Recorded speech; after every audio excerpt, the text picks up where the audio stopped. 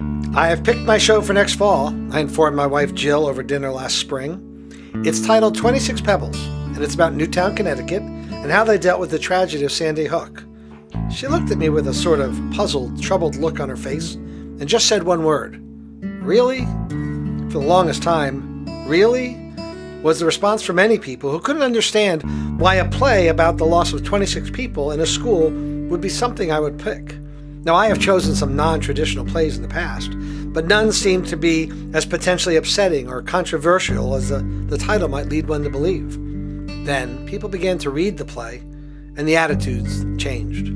The people who took the time to discover 26 Pebbles soon saw that it was not at all a piece intended to frighten or alarm others.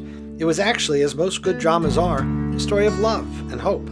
Told through interviews held in Newtown by the author, Eric Ulloa, this intelligent work introduces us to a small-town citizenry rocked by violence that manages to find a way to recreate their community. It's a modern allegory based on current themes. These are realities that happen all too frequently and are now part of our society and culture. Our cast and crew has gone through an immersive experience to bring truth to this show. They have done projects that force them to get to know the stories of the victims.